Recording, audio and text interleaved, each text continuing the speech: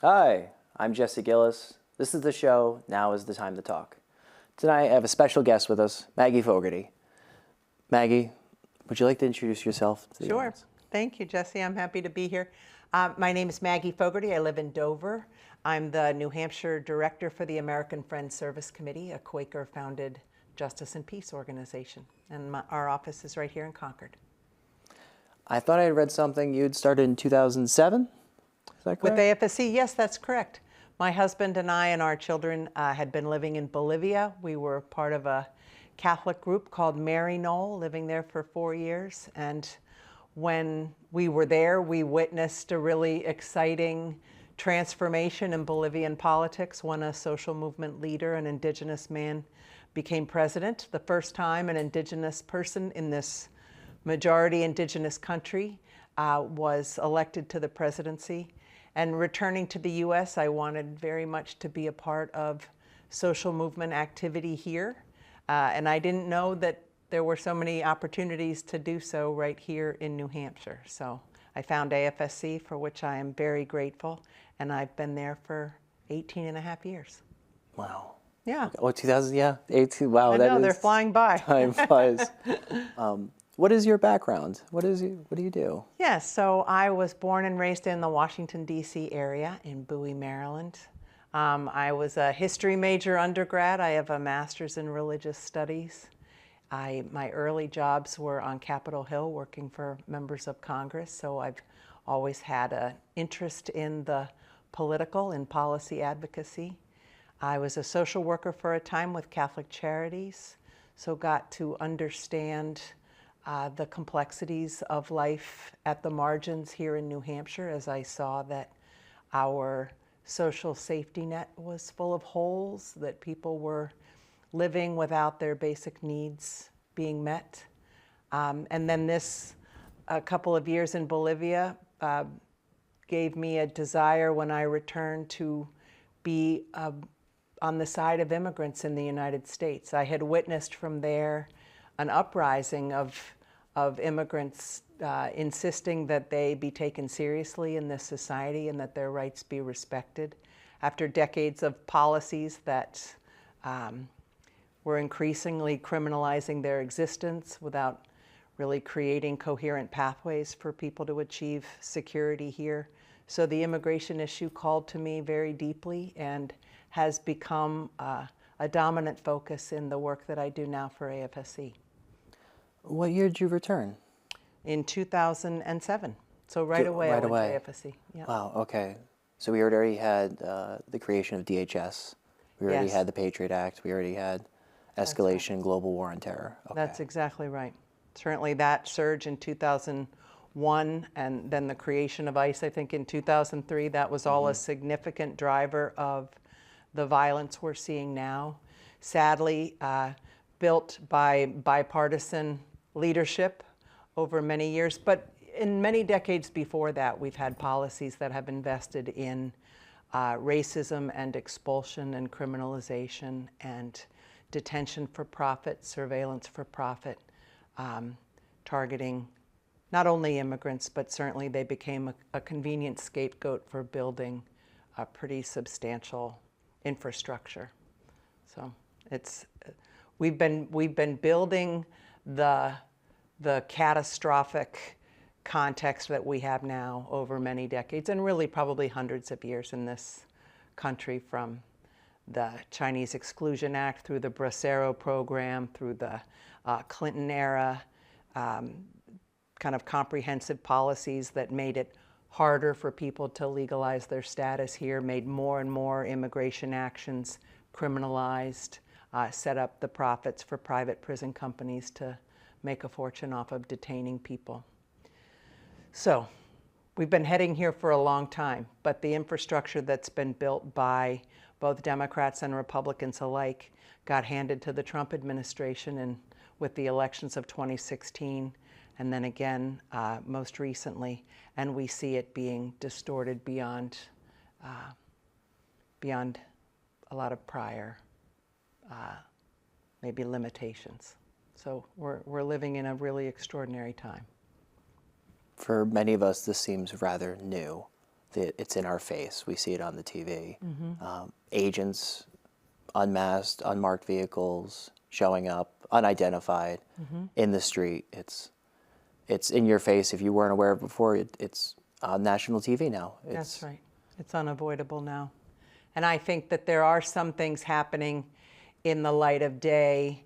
The killing of 2 white U.S. citizens in Minneapolis in recent weeks that are particularly jarring for people. But the fact is that immigrants have been dying in detention. Immigrants and people of color have been killed by policing in this country for a long time, and it tragically hasn't awakened us in a sustained way. But now we are seeing more and more people realizing what these agencies have wrought, and how we're all truly in danger of our due process rights being ignored, of the weapons that we purchase with our tax dollars being used against more and more of us. And I think it's easier now to make the argument that when you allow a group of people to be dehumanized, and you accept that that there doesn't need to be accountability for the violation of their rights, that unleashes something very dangerous that impacts all of us, really. Yeah. The dehumanization, that they're not worthy of those rights, regardless of what the laws state. Right. Not seeing them as people. Right. And I think what has worked really effectively, tragically, is that if you call a group of people criminals, then a whole bunch of folks will simply turn away and decide that they must have somehow brought this on themselves. And so that's always been a setup. Anybody who's paying attention to the disproportionate impacts of policing and prisons on communities of color and impoverished communities in this country should question at its root a narrative of criminalization of people. But it's been very conveniently applied here, and for too long has allowed people to turn away from the death and the destruction and the denial of rights that thankfully is becoming clearer. But it's awfully late for a whole bunch of people, who have died at the hands of our government, who have families that have been separated, people who have been sent back to persecution and terror. And frankly, for following what limited legal pathways do exist for people seeking asylum here. So I think we have a reckoning really ahead of us to understand how we've allowed this to get built in our name and with our money, and to go without consequence for so long. Right, like you said, the infrastructure was there, and now the new administration can utilize it, expand upon it, whether it's legal or illegal, but it is there. That's right. And that's surprising when I go back and I see that, no, this is something that's been going on for quite some time. Right. Yeah.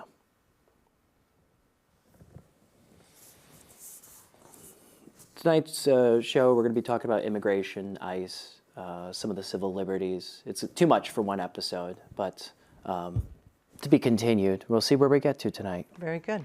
I wanted to open it with some statements. Well, you made a great opening there.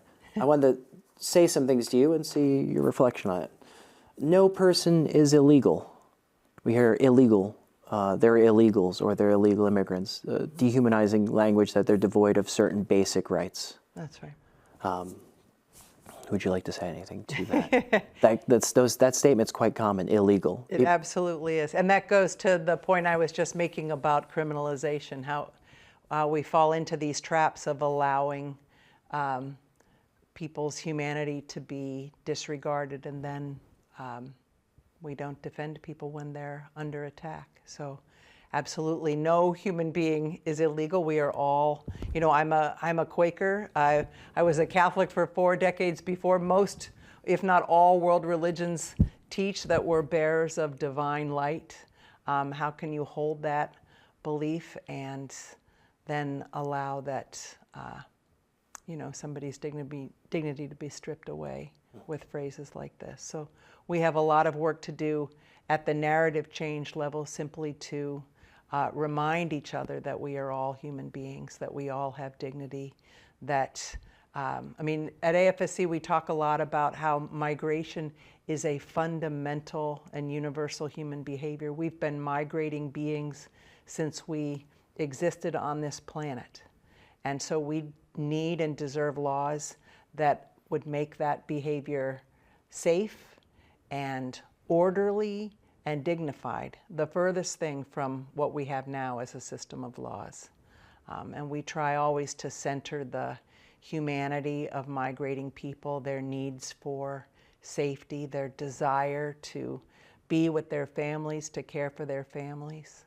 I mean, I think most of us, our family stories include stories of migration, whether it's for love or adventure or safety or just the ongoing learning that is life. And we've created conditions around the world. There are more displaced people in the world now than there ever have been. We've created conditions where to migrate is to be treated as a criminal and to be utterly unsafe. So that horrible name of illegal has had really violent and toxic and lasting consequences on people, and we need to, in every moment where we hear it, in all of its forms, we need to push back and to recenter the dignity of people. To your comment about destabilizing countries, the creation of supposedly illegal people, global war on terror, cost of war project at a Brown University, they estimate roughly 37 million people worldwide because of our wars in the Middle East and elsewhere. But you think of Libya, you think of Syria, Iraq, Afghanistan. People have fled their countries. They were made refugees, had to leave a war-torn place, and they became illegals somewhere else. That's right. Venezuela, not so much targeted in the global war on terror in that sense, but the crushing sanctions, crushing their economy, how hostile the attempted overthrows, revolts, funding political opposition to Chavez and then Maduro, even now continued, and then people migrate. It's unstable. We're crushing their currency. We're not allowing them to import basic things. We're stopping oil exports, imports now. And people flee for a better, safer life and opportunity, and they're demonized for it. Right. The dear people of Cuba as well. You know, been living under the crushing weight of an embargo for so long, and then we wonder why they feel the need to migrate. I mean, so many people. David Bacon wrote a wonderful book, and I think the title's going to escape me right now. But he writes, and maybe this is the title, he writes about the right to remain home. That if we could only look at the root causes of so much migration, wars, economic wars, climate crisis caused by unfettered capitalism without any regard for care for the earth. When we look at the conditions that are making people's lives unlivable and how much they then have to sacrifice just to live, when so many people want to remain home, they want to remain where their ancestors were, where their land is, where their loved ones are, where their cultural and religious traditions thrive. So we're creating the conditions that force people to flee, and war is, as you say, is a significant driver. If our politicians and the voters in this country could pause for even just a moment to think about the driving factors of migration, we might put our attention to stopping some of the behaviors that we enact around the world that is creating a migration crisis. Yeah. To the point on Cuba, again, the U.S., I think for over 30 years now, has voted to sanction them, our supposed enemy to the South, who really doesn't represent any harm to any of us, but continue to impoverish their lives. And right now they're facing gasoline shortages, making their lives harder. But this is what sanctions do. This is what treating a nation of marginalized people comparatively against the weight of the United States, and just make Same with the sanctions against Iran, making the people suffer. Right. It's out and about. There's nothing against, yeah, sure, maybe the people get out and revolt and try to overthrow a regime, but you're crushing them to that point that they have no choice, that they're going to hold their government responsible for some change. That's right. Dehumanizing a country based on geopolitical strategy or whatever it is, and we don't have to see any of that unless you become informed. Right. And what a dignified country Cuba is. Just speaking personally, the Dover Friends meeting, the Quaker meeting where I belong, we have a sister meeting relationship with a Quaker meeting there. And the times that I've been able to visit, I've been so awed by the kindness and the goodness of the people of this community of Holguín, and how everything they have is for the good of their community. They happen to have a well in their meeting, and the water is for the whole community. So to just watch them be targeted by an intentional scarcity of fuel, and the nation of Cuba, they conquered illiteracy. You know, they're so proud of their education. They were sending medical doctors throughout Latin America. When we were in Bolivia, it was Cuban doctors who would come and care for, you know, help operate the clinics and the hospitals. So just so much goodness there, so much compassion, and to personally know people now who are the subject of this really toxic narrative and these really cold-hearted plans to make a people suffer, so that for whatever reasons we can take over that island for our own oil lust and other kinds of greed. Is really enraging and heartbreaking. Yeah. And these sanctions against these countries, hurting these populations, these people, crushing their economies, dehumanizing them, that is largely across all administrations. Right. That is bipartisan. It's to the point that it's catchier for me, although I don't have an extensive knowledge of immigration policy. It seems like it comes up every now and then. It's salient to get people motivated to vote for either party, and what's described as a political football, with no real solution here, but just bringing people in to work and preventing legal pathways to citizenship, deterring. I mean, it's a problem. We'll get to the military veterans who are non-citizens who serve, even currently today. We'll get to that, but how hard it is for DOD people who are green card holders who serve this country, and their inability to integrate with DHS policies or get to access to citizenship and stuck in green card status, and then potentially open for deportation. Right, that's right. And now with the third country agreements that this administration has made, people can be deported to countries where they have absolutely no ties whatsoever. So that's an alarming and very costly development more recently. So, gosh, I was going to comment on something you just said, and it went out of my... I had started on a different subject. It's bipartisan. This is doesn't matter the administrations. That's right. This keeps going. It absolutely does. Yeah. I mean, our members of Congress from New Hampshire have, unless the Democrats were absolutely united to oppose a funding bill, and they might have then stood with their party, we had never seen them stand against funding for ICE and Border Patrol ever before. And I'm really grateful to see our two U.S. senators now participating in this negotiation that's prevented the Department of Homeland Security from receiving their full appropriations. This is already a dramatically overfunded and unaccountable set of agencies here. But I'm afraid that if they don't hear more pressure from New Hampshire people, they're going to give in on too little. They're going to end up authorizing full funding for the Department of Homeland Security in exchange for maybe promises that the officers will wear masks or body cameras, et cetera, things that really don't help to reduce the violence that these agencies exist to enact. So I just think we can't overstate the bipartisan nature of the harms that have been done and the infrastructure that's been built. And with whether you call it reform or abolishing, if people saying abolishing ICE, there was a time, quite extensive history. I mean, ICE is new. That's DHS is new. It's only 25 years old, I think, at this point. That's right. There was a time, for most people, 70s, 80s, 90s, there was no ICE. There was no DHS. We can certainly do this better. I mean, we can, if Congress were to truly do its job, we would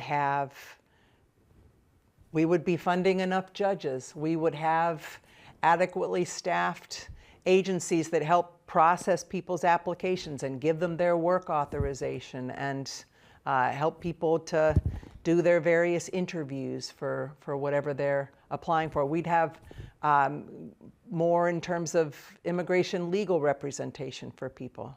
But instead, you know, Congress has failed decade after decade to enact comprehensible policies.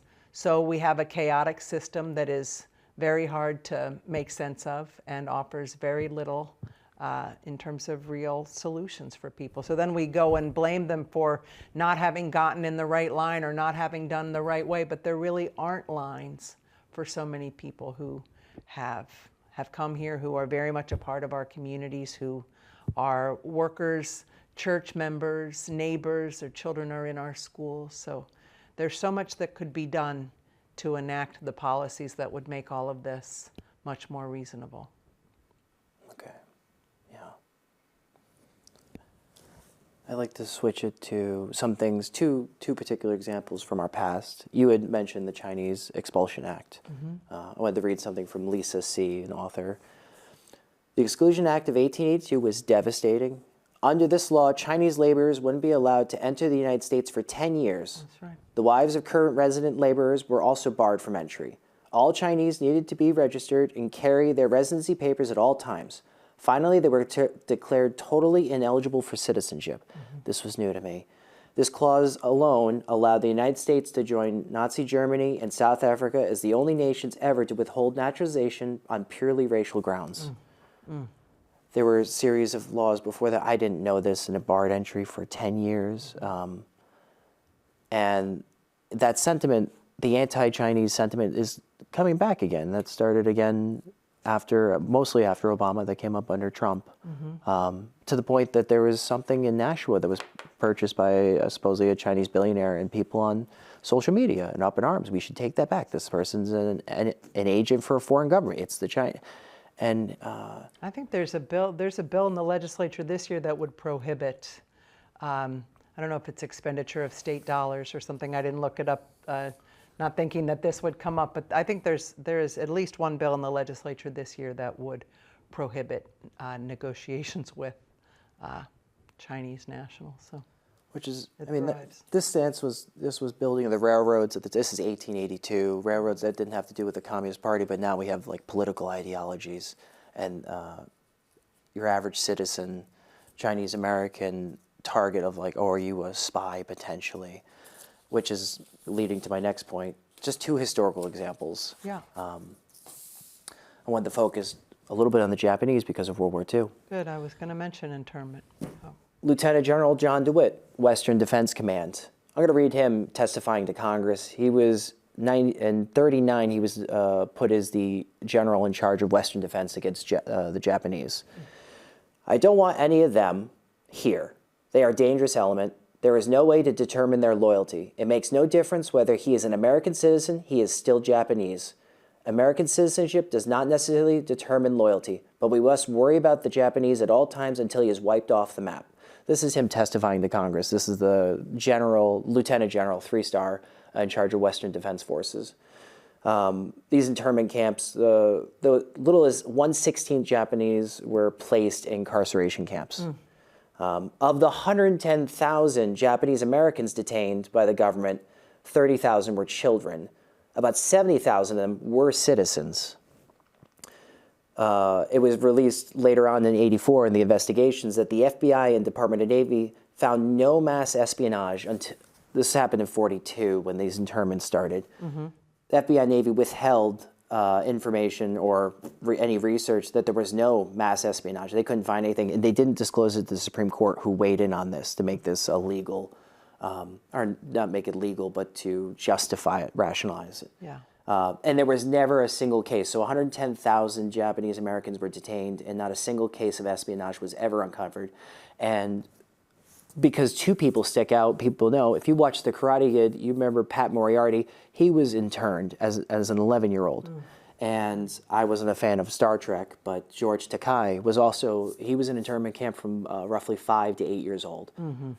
For the fact, based on race alone, you were a threat. We couldn't determine your loyalty. That was an executive order under FDR for designated military areas. There was a public law set by Congress that you had to follow military orders. It was unlawful to follow them. And then there was the Supreme Court decision, Koreamatis versus the United States. Because it was war, we rely on military judgment. And that all fell under Lieutenant General John DeWitt, who had some other repulsive things to say, but unnecessary for this. You could find that for your own. And let me just ask, did you learn this history in your schooling growing up? No, and I don't know when I first heard about internment camps during World War II. It's not really talked about. It's not. No. It's not, and I think it's a disservice to all of us that we have not been taught in such clear terms as you're laying out the ways that we have used skin color and racial identity to really catastrophic effect throughout our history. I think it would.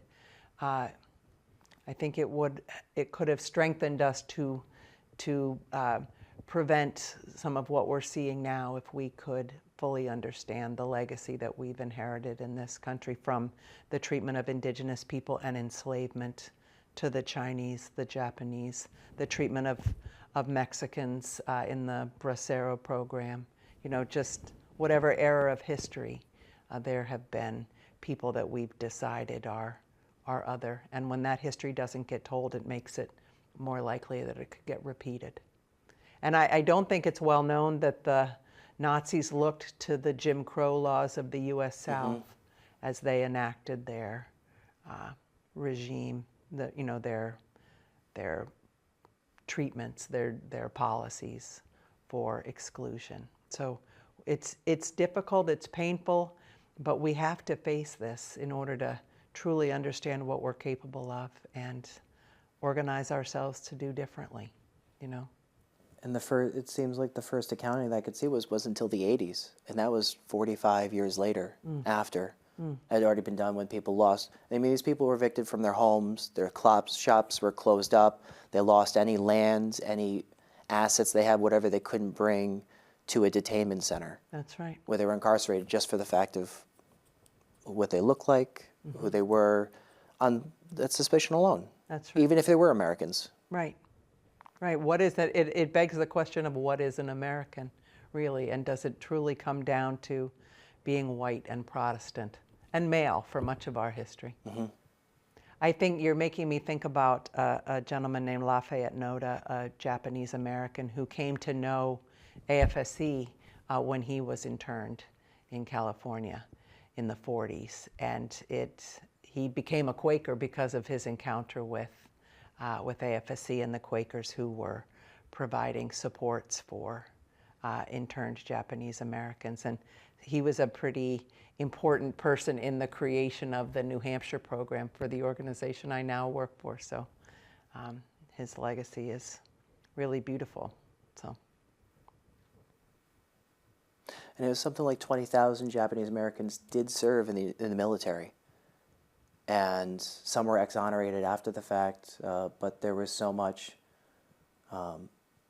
distrust because of their ancestry, their ethnicity. And I think when you say when you think of like what it means to be American, like who isn't, like what people talk about their ancestry, like, oh, where am I really from? Yes. But except these targeted, marginalized countries, these nationalities, for whatever federal I don't say policy, but whatever agenda that they dehumanize these particular groups. They're like, oh, I'm this Irish, or I'm British, or I'm German, or But we always go like, oh, who doesn't have an ancestry tree? I mean, I don't, but my family does. Yeah. And they're like, oh, where am I actually from? Where are my What roots? is my story? Yeah. Well, and the military's always been a diverse place where people of color serving in the military don't enjoy the full benefits of the citizenship they are serving. Should allow them, right? I mean, Muhammad Ali would talk about, why would I go to Vietnam to kill someone who looks like me if I don't enjoy full citizenship here in my own country? So we've been living with that contradiction probably for as long as we've had an armed service. And you would know more about that than I from your own service. But In my boot camp, I went originally in 2008 for Air Force, Air National Guard. I went to tech school after, then I went to tech school again in 2020, career changes. Both times, I remember, first time I struck somebody who barely spoke English. I didn't know I would be in boot camp with somebody who didn't speak English. And it turns out today, there's roughly 40,000 servicemen and women who are not citizens. That are green card holders. They're from territories, Guam, Philippines, Samoa, and some other places. It was astounding. I didn't know. And that there's supposed to be a pathway, and some people do get it, but even now I can think of a few people that do not have their citizenship. And I mean, I see videos, racial profiling based on somebody's accent. How many of these individuals, because they're in the Guard, are wearing civies, would be picked up? yes, right. That's astounding. To the point that we say we're past that. Oh, or you hear the comment, oh, I don't see color. No, there's no racial profiling. It's just questioning. There's certain other things, reasonable suspicion or whatever they say. Yeah, I think, oh, these people could be picked up because of their accent, that's right. how they look. That's right. That's right. Well, and it's different but related that we have brought to this country people who served our armed services personnel as interpreters and local guides and in other ways in Afghanistan and in other places.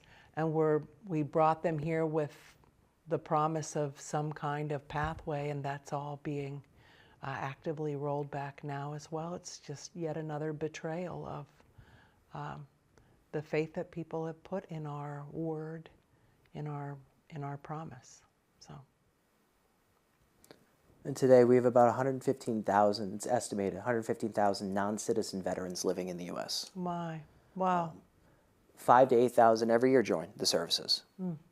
They go through, they serve, they swear an oath to defend the Constitution, the same oath I take. And then where could they be? Could they be picked up? And we've seen a couple instances of they've already served, but picked up because of their accents. Yeah. We even saw that one case where the corrections officer was picked up. Yes, right. Yeah. In Maine. Yeah. That thankfully led to Cumberland County canceling their contract with Immigration and Customs Enforcement. I was happy to see that decision. I think it was startling. It was such an offense that they canceled their partnership. And I do feel like we should lift up some of the good news that we're seeing.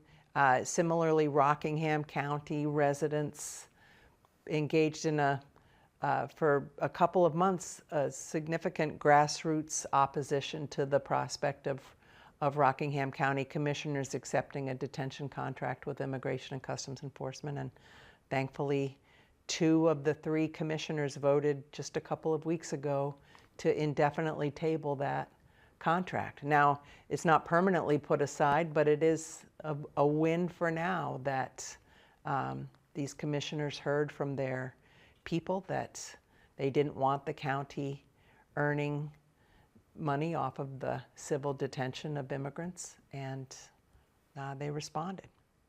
And now we have to hope that the similar power of grassroots organizing and sustained opposition from regular people and elected officials will be enough to stop the construction of a massive warehouse in your town of Merrimack, Yeah. which unfortunately does seem to be kind of moving along as that property appears to be headed into the hands, if it isn't already, of the Department of Homeland Security. So. And you can't miss that as you're traveling down Route 3 or up Route 3. It's right there. It is a massive complex. And knowing that that's going to turn into a detention center with people in there, what conditions are they living in? How did they get there? Right.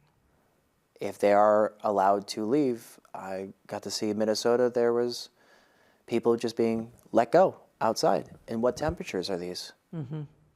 But dehumanized all the way around. That's right.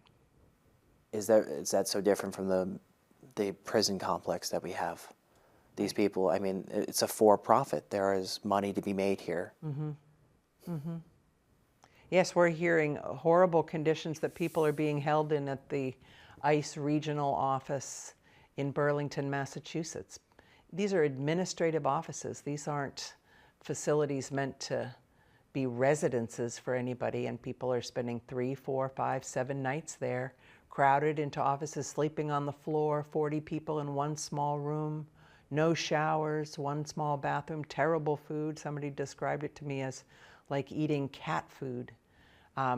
Very little access to attorneys or phone calls. So, and that's just one pretty local example. I mean, the conditions of detention centers, I mean, people have died. I don't have the exact number in my head, but many people have died in the conditions of ICE detention, and there doesn't ever, so far until now, that hasn't led to a significant or any kind of meaningful reduction in funding for these agencies. Every year, we just give them billions and billions more dollars. And the big, beautiful bill gave them tens of billions of dollars more now, that even though the agency is currently, unfunded due to this lack of agreement in the negotiations in Congress, they're so overfunded that there's nothing that could stop them right now from doing whatever they want to do. So we need to turn off the spigot. They have a budget bigger than most militaries. That's right. I do have some of the stats coming up for this year. Supposedly, depends where you go. You find some of it comes from DHS. I tried to do my best with rounding if it was around, find a median in there, but roughly 328,000 arrests so far in this new administration. Wow. So that's since January of last year, you're saying? Since January last year. And there is difference between DHS and others who are accounting for, like ACLU, for the amount of removed from this country. Actually deported, about 234 seems to be a conservative estimate. And that's 14.3 people deported for every one released. And I had to look at that.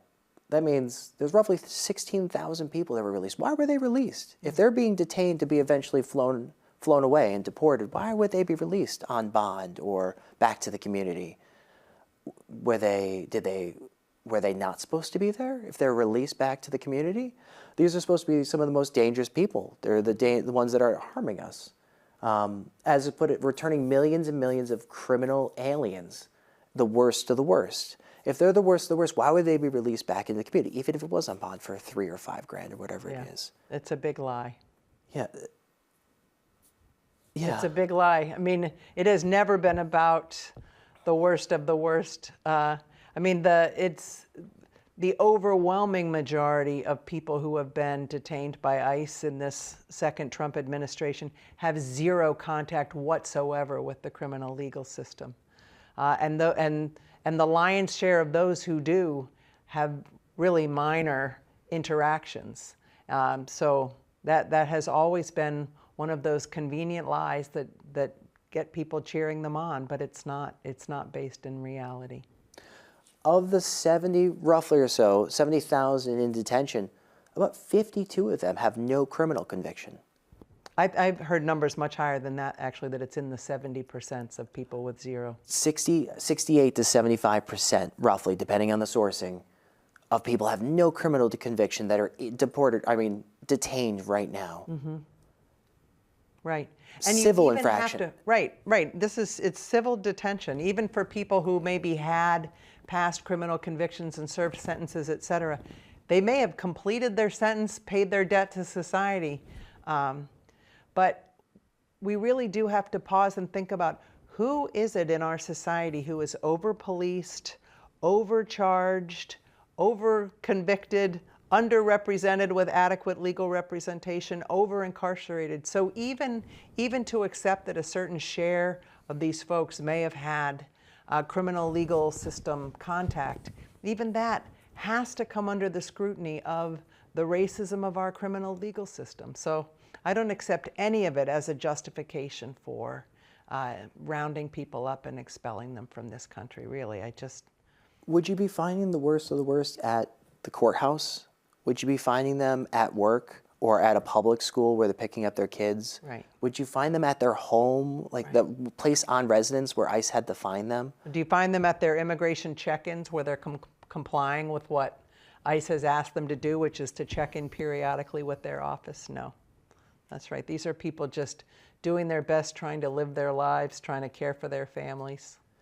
For me, and I mean, came out earlier this year, there was some insider, the ACL was quoting somebody who won the leak that they were looking for 3,000 arrests per day. That's right. An astounding number. They're doing about 1,000 to 1,200 per day right now. But there's quotas, and we get into the private prison complex and the money that's made because it's beds. It's all about beds. That's right. I thought I just heard, I'd have to find the source, that there's a private prison company that's suing the state of Arizona or something like that. You could look this up. And it's suing because there's not enough inmates. They're not filling the beds. They have a quota that's supposed to be met. So I'm not getting paid. Whoever this corporation is. Yeah, might be Geo Group or Core Civic. Those are the big we're ones. not getting the beds that were supposed to be here. So we're losing money because you don't have enough people criminalized. So go out and find more criminals. Right. Bring them in. How is that the motivation here? That's right. The profit motive is a pretty dangerous motive for most aspects of society. But I think when we as a country started realizing some of the racialized harm of our criminal sentencing and the harm that the incarceration system was causing our whole society, not only those who had to live within incarceration, and we started improving some of our sentencing laws, the private prison companies, seeing that their profits were going to go down, they hired lobbyists to influence Congress to increase the likelihood of immigrants being detained so that they could then start to build their profit margins in a fairly new field of immigrant detention to replace what they were losing with criminal detention. So these pro-detention policies, and Bill Clinton is significantly to blame for a big surge in this as well, has created just massive windfalls for these private prison companies. And it's not just detention beds now, it's the whole surveillance apparatus as well. They're making fortunes. They're making fortunes off of the various contracts that go into running private immigrant detention centers, whether it's food or telecommunications, et cetera. So following the money continues to be the most reliable way of getting to the bottom of, who are these policies serving? Who's winning here when so many of us are losing? Then that's not so different. That isn't so different from in Iraq in the early days with Halliburton and KBR. Right. That's Dick Cheney's, past Dick Cheney's company. He was still on the board for him, but left the board so he could become vice president. Mm-hmm. But the no-bid contracts, there was money to be made in logistics and shipping, moving around materials. Right. There was a motive, and to keep that going. Mm-hmm. Arms industry, we're now about to ask, I think President Trump's going to ask for $1.5 trillion, right, which is roughly 5% of our gross domestic product. Wow. For what? I can't even fit numbers like that really in my head, Ladigan. It's hard to imagine what they mean. And some of the stats for criminal convictions come out of Texas, which does that when they detain somebody.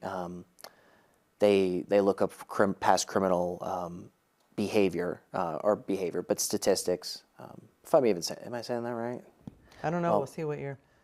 only they found that only 5% had a violent criminal conviction. This is people they actually went after. And only 8% had a violent or property criminal conviction. Because these are civil infractions. That's right. And I take it with every administration, it's almost as fast as tax law changing every year. Is it quick? So let me go back.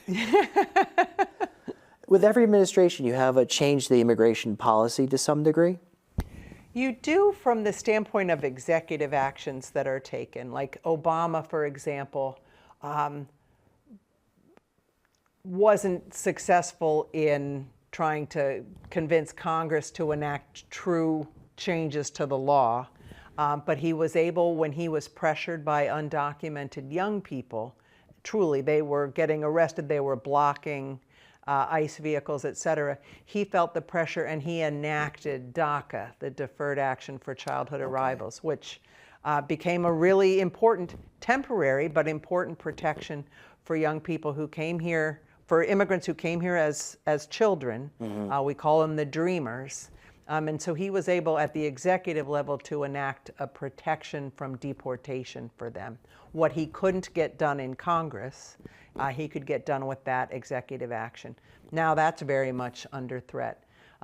Trump is certainly using his executive power to cancel some of the legal protections. He is kind of delegalizing people by canceling the temporary protections that they had been able to secure here, whether that's temporary protected status, several of which have just been terminated, Honduras, Nicaragua, Nepal, Yemen.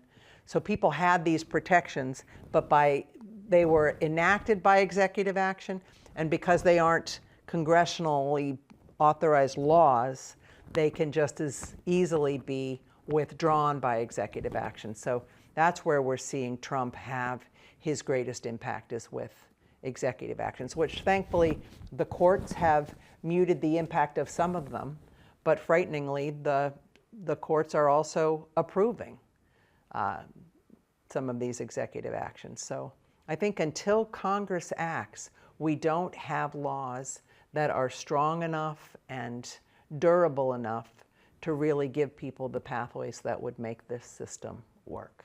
So the changes you're remarking on are executive actions that can change at the whim of an administration. And that's something, I didn't bring it up earlier when you said when immigration judges sign something. This is all under the executive branch. This is not DOJ. That's right. And that was something, introduction for me, is like, there's a whole other side of this, and the language is almost conveniently enough, it sounds like it's more authoritative than, as in law, than it is, because it's under the executive branch. And you see the Trump administration removing judges for granting too much asylum or removing immigration judges and now trying to replace them with military judges. So there's a lot of mayhem happening in that realm as well. We're also seeing asylum cases being terminated before they're even heard. There was a terrible executive decision in the last 2 weeks that has immediate force of authorization that makes it much harder for people to appeal when their asylum decisions, when their asylum applications have been denied. So there's a lot of harm that this administration is doing through the courts that is making it extremely hard. Also making it next to impossible for large categories of immigrants to be even eligible to be released on bond. So our detention centers are full of people who came here, began a perfectly legal pathway of applying, let's say, for asylum, have been awaiting their court cases, have been preparing, have been paying attorneys, perhaps they've been checking in with immigration, and they get picked up off the street because of these large roving patrols that we've seen even in Portland, Maine, Minneapolis, Chicago. And they are not a threat to public safety. They're not a flight risk. But this administration has said that if you came to this country without a visa, then you should not be eligible to be released on bond. So all of that serves to fill up our detention centers and get to that 73,000 a day detained in this country. So it's a terrible combination of ideas. To the point of filling up detention centers where they're just picking up people, racial profiling based on your accent. Yeah. 170 U.S. citizens have been abducted and detained before being released. 20 of them, this is under the current Trump administration, 20 of them were children. In the Obama years, there was 693 held in jails on federal detainers, and 818 were in immigration detention centers. That's over the course of the entire 8 years of Obama's term. But 170 just last year, citizens just picked up. At what point you show them what papers, what gave them, they weren't looking for you. What registry would you be on if they were looking for you? But you're a citizen. How else could they find besides racial profiling or where you are, or the accent, or who you're around? How could they? Yeah, what documentation do you carry, or do I carry today, right now, if I had to prove to you my citizenship? I wouldn't be able to. So, and if the agenda is to just round people up and to terrify people, I mean, now I think it's clear that part of the agenda is to terrify the legal observers, the grassroots activists, the people who are recording, the behavior of ICE agents in the street. So I think the broader agenda is being made clear that it's a campaign of terror. Yeah, it's a spectacle. It is. It is terrorizing people on the ground, and for those away from it, right, we get to see it on TV. Right. And some people wanted this. They're so anti whatever nationality. They just want to see something done. And that's what, like, something done, and then just deport them all is the common sentiment I would hear. It's heartbreaking to hear that some people did vote for this, but I do think more and more people are realizing that this goes beyond what they were told or what they thought would happen. So, I hope that in our activism, in our advocacy, that we are always welcoming in people who didn't see this coming and who are disheartened by this, or perhaps their own loved ones, their neighbors, their coworkers have been affected, and they are starting to say, this is wrong, this is too much. So I hope so. We have to make it really possible for people to change their minds and to be welcomed into a broader effort to stop this, to stop these practices and policies. What opened my eyes to this was, I was sharing before the show, early this year, or last year, a foreign exchange student, Ozturk is her last name. Yeah, she had written an op-ed the year before, weighing in on what was happening in Palestine. Nothing extreme in there, nothing anti-American in there, just an op-ed. And she was doxxed by people who follow this and want to remove. And so the Trump administration comes in. I can't remember what organization doxxed her, but there you can find on a video camera where one day she's walking somewhere, I forget from what, or in the morning, and masked agents come, grab her, put her in her car. Whisk her away. Legal resident, studying at university. Right. Citizen or not citizen, you have a right to the First Amendment to say what you want. There was nothing anti-American in there. It was her concern weighing in on... And even if it were, she'd have a right to say it. She would have a right. And if any of us cared about civil liberties, it's not just for us, it's about others as well. That's right. It shouldn't matter. And so the introduction for me is, she says something, she doesn't like how Israel's conducting themselves. That's the least to say about that. And she gets put, it's a student newspaper. She gets doxxed, and federal agents come pick her up. And that happened to, I think, about 9 other people, legal residents. That's right. Writing, organizing, activating with students around Palestine, Gaza particularly. That's right. And they have a First Amendment, and we don't support that? Right. We'll let that fly. Right. This is who we think we are. Well, and now there's the threats are more explicit, that DHS is examining people's social media accounts, and if we're explicitly anti-ICE or Trump administration or against the actions of Border Patrol that will be on a list, will be on a file of domestic terrorists. And so the broader agenda of fear and suppression of speech and other constitutionally protected rights is being revealed. Excuse me. Sorry, Matt, what time do we have left? I didn't write down our end time. You actually have 5 minutes left. Okay. Oh, great. Okay. Wow, I have a lot more, but we'll find... If it's possible to lift up some of the good news of how people are showing up in this moment, I think it's important to do. Is that all right? Yes. All right. Yes. So it is really encouraging to see people from so many different walks of life stepping forward in this moment, not only in kind of the more traditional legislative advocacy, pushing our elected officials to be tough on the Department of Homeland Security or holding this administration accountable, but also grassroots networks of mutual aid and rapid response and people holding vigil outside of detention centers and organizing to support families who have lost a loved one to detention or deportation. Brave immigrants who are telling the story of what brought them here and the lives that they've built here. So I do take heart from the courage of people, especially the people with the most to lose, but really regular people just stepping up and saying this is not the world that we want. We can do better. We can create a society that is fair, that is safe for people, that is welcoming.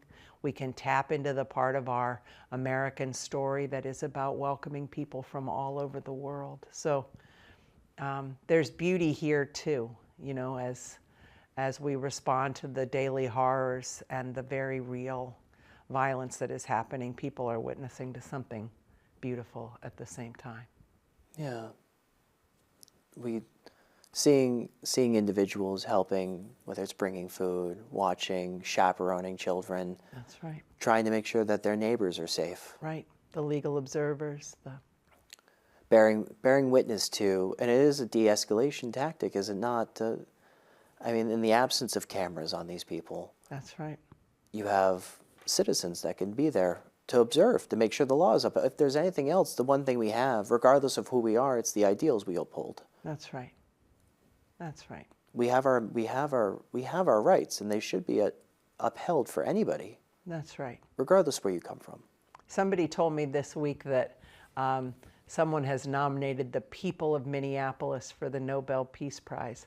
And when you think the assault that they've been under now in a really sustained way, and it is clear that it is not over, even if the cameras have panned away and Tom Homan's making promises of withdrawing some troops, people are still being abducted, there's still violence being enacted there. But for the members of that community to show up, tens of thousands of them every day, and in major strikes and marches, and to hold it down peacefully, it's an extraordinary testimony to the power of nonviolence against state violence, that they are telling a beautiful story, and they are telling the rest of us what will be required of us if we want to hold on to our communities, our constitutional rights, our principles.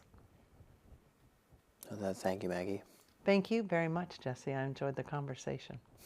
And I learned some things from your homework that you did.